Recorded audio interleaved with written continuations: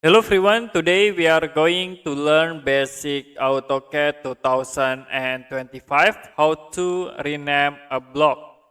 So as example, I will create simple object. You can draw rectangle and I will create circle at this point.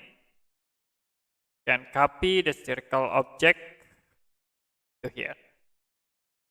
Now to create block, you can tap block, press enter.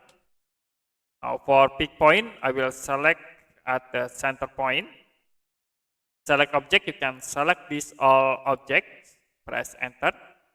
And don't forget to check convert to block, click OK. In here, you need to set the names. So in here, I will set names into example, click OK. Now if you double click this block, it will be show the dialog box and the names with the example. If you want to change this block name, you can type rename, press enter. You can choose for block, and then we have this one block in this drawing. You can click, and I will set renames into number 1. Click OK. And if you double click again, this block, it will be renamed into number 1.